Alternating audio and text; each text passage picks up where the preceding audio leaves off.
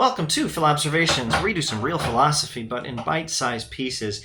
If proper functions exist, how do we get an overlap of ought statements and is statements? Or how can we get from an ought to an is? I'm going to use Alasdair MacIntyre's example, though he himself is borrowing from some earlier philosophers.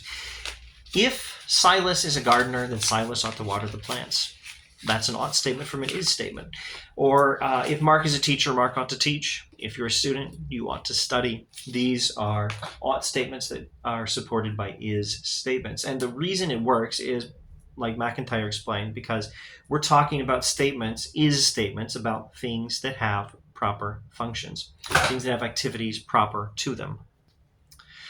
Also observe that if my eyes are bad at seeing, then I have bad eyes. If my lungs are bad at what lungs are supposed to do, then I have bad lungs. And that's how we can get evaluation statements that are also fact statements.